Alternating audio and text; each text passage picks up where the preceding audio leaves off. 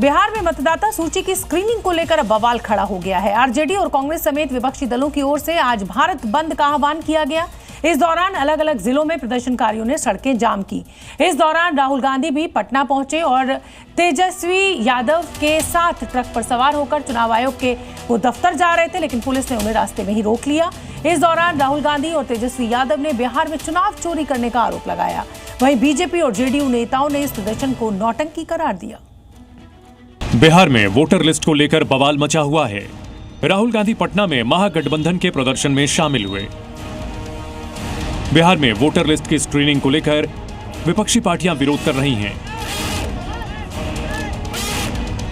यहां राहुल ने आरोप लगाया कि जैसे महाराष्ट्र का चुनाव चोरी किया गया था, वैसे ही बिहार के चुनाव को चोरी करने की कोशिश की जाएगी। चुनाव चोरी किया गया था, वैसे ही बिहार का चुनाव चोरी करने की कोशिश की जा रही है।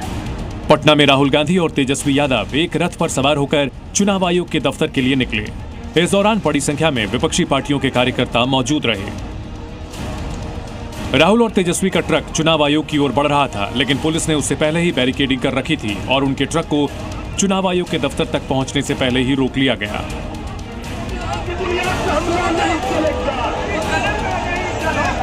इससे पहले राहुल गांधी ने चुनाव आयोग और बीजेपी पर जोरदार हमला बोला।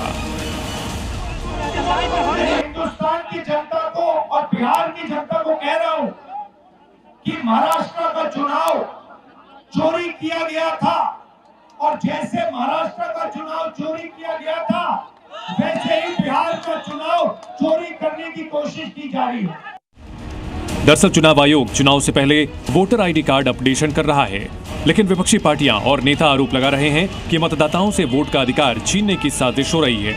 वहीं सत्ता पक्ष की ओर से दावा किया जा रहा है कि घुसपैठियों को हर हाल में मतदाता सूची से बाहर किया जाएगा।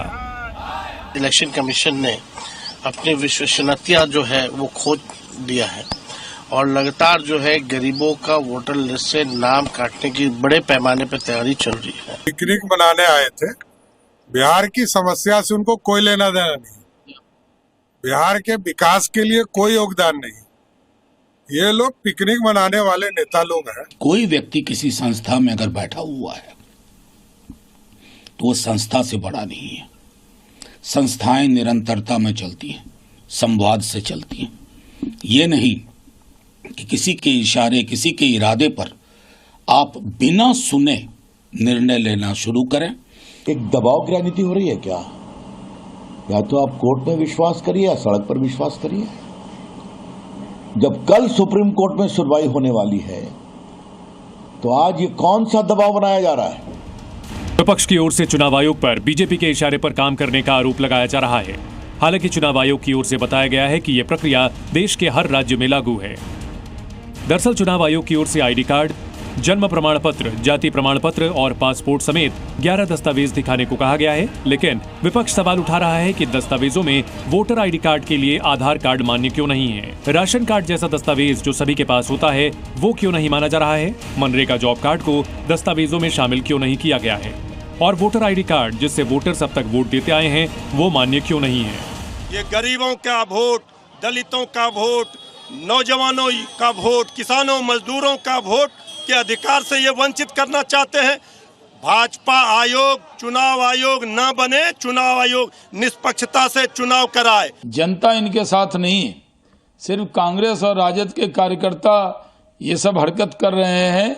जनता ने बिहार बंद को पूरी तरह से नकार दिया है। ये फोटो शूट के लिए जरूर राहुल गांधी और तेजस्वी यादव चौराहे पे चले जाएंगे, लेकिन आम लोग इनके बिहार बंद को नकार चुके हैं। चुनाव से पहले आयोग की ओर से वोटर आईडी कार्ड के सत्यापन पर AIMIM के अध्यक्ष अजदुद्दीन ओवैसी ने भी बयान दिया। उन्होंने तो इसे NRC का रिहर्सल बता डाला। जिसका नाम नहीं आएगा वो तो अपना वोट भी खो देगा, उसकी लाइवलीहुड का भी उसको एक नुकसान हो जाएगा।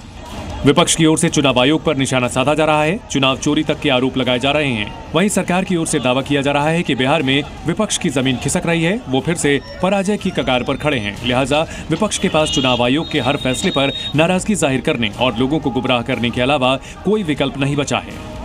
पटना से प्रशांत झा के साथ ब्यूरो रिपोर्ट, जी मीडिया।